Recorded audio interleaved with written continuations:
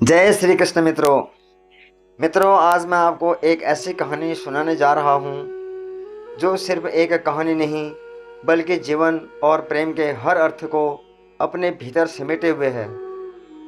यह कहानी है एक पति और पत्नी के उस अटूट रिश्ते की जिसमें बिछड़ने के बाद भी प्रेम सांस लेता है, हर धड़कन, हर आंसू और हर स्मृति में।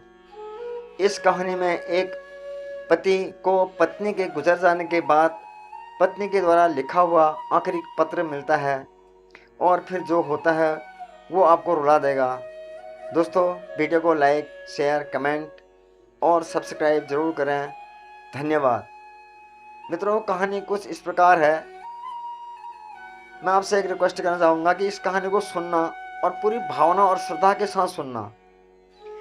पत्नी के गुजर जाने के 15 दिन बाद जब आखिरी रिश्तेदार भी लौट गए और घर फिर से वैसा ही सूना हो गया जैसा वो खुद था, तभी उसे एक अलमारी के पुराने कागजों में लिपटा एक पत्र मिला। और वो सिर्फ एक पत्र नहीं था, उसकी पूरी दुनिया थी।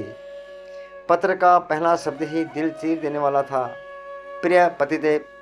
पति के हाथ कांपने लगे, आंखें नम हो गई और जब उसने पढ़ना शुरू किया तो जैसे बीते सालों की हर स्मृति, हर स्पर्श, हर आंसू उसी कमरे में लौट आया हो, ऐसा उसको प्रतीत हुआ। पत्र में लिखा था, मुझे पता है मैं जब ज़्यादा दिन की मेहमान नहीं हूँ। डॉक्टर ने तो कुछ नहीं कहा, पर तुम्हारे चुपचाप गिरे हुए चेहरे ने सब कह दिया।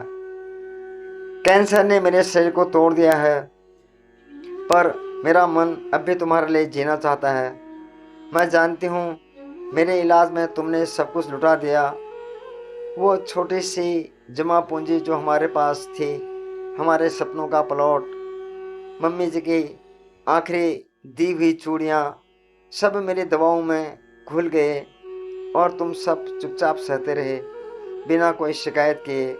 क्या तुमने कभी सोचा मैं कुछ नहीं जानती हूँ?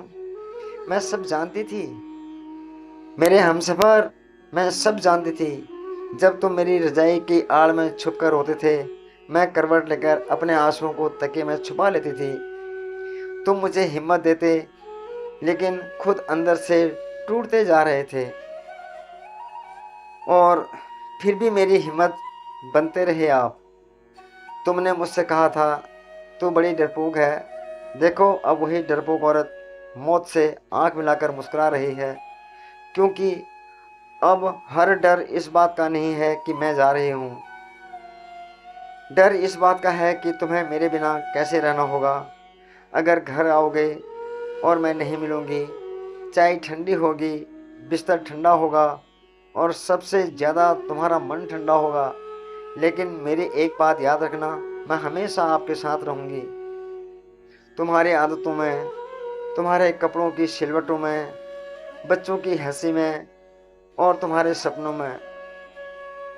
बच्चों से कहना मम्मी भगवान के पास गई है, थोड़ी देर में वापस आ जाएगी।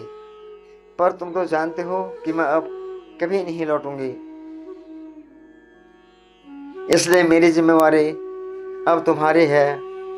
बच्चों के साथ साथ खुद का भी ख्याल रखना। तुम्हें अब समय पर नहाना होगा, तुम्हें समय पर खाना होगा, क्योंकि तुम्हें टोकने के लिए अब कोई नहीं होगा। अब रूठना छोड़ देना, क्योंकि तुम्हें मनाने वाली भी तो मैं ही थी। अब बीमार पड़ना भी मत, क्योंकि माथे पर हाथ रखने वाला कोई नहीं होगा। और हाँ, अब बच्चा बनने की जिद मत करना, क्योंकि अब तुम्हें अकेले पिता और माँ दोनों की भूमिका निभानी है। आज रात मैं तुम्हारे सीने से कान लगाकर सोना चाहती हूँ। शायद ये मेरी आखिरी रात हो। कल सुबह मेरी सांस चले या ना चले, ये ऊपर वाला जाने। पर इस पल, इस आखिरी स्पर्श में मैं तुम्हें हमेशा के लिए अपनी धड़कन सौंप देना चाहती हूँ। जब कभी भी बहुत अकेला महसूस करोगे, आसमान की ओर देख लेना। मैं वहीं चमकती हुई एक तारे में तुम्हें मुस्कुराते हुए दिखूंगी। अब लिखने की ताकत नहीं रही है मुझ पर। बस तुम्हारे गोद में सिर रखकर एक बार फिर उस प्यार को महसूस करना चाहती हूँ जो मैं शब्दों में कभी नहीं बयां कर सकती। इसलिए कहता हूँ दोस्तों कि जीते जी किसी भी स्त्री पर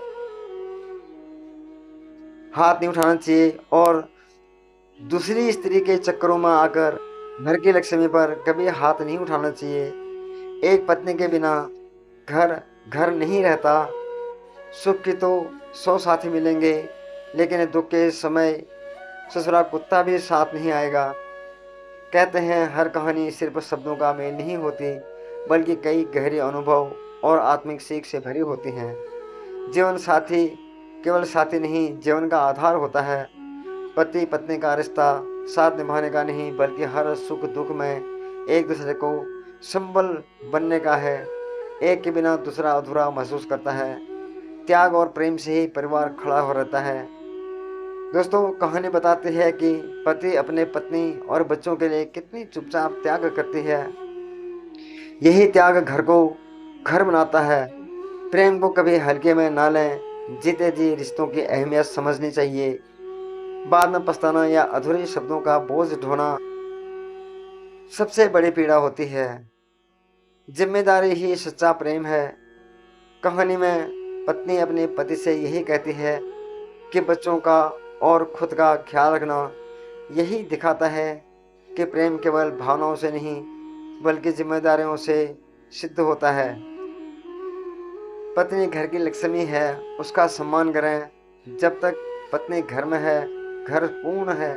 उसके बिना घर खाली हो जाता है। इसलिए कभी भी क्रोध या अहंकार में पत्नी का अपमान ना करें। दोस्तों, अगर आपको कहानी अच्छी लगी हो तो वीडियो को लाइक, शेयर, कमेंट और सब्सक्राइब ज़रूर करें। आपका बहुत बहुत धन्यवाद। आपका दिन मंगलमय हो। शुभ बंधन।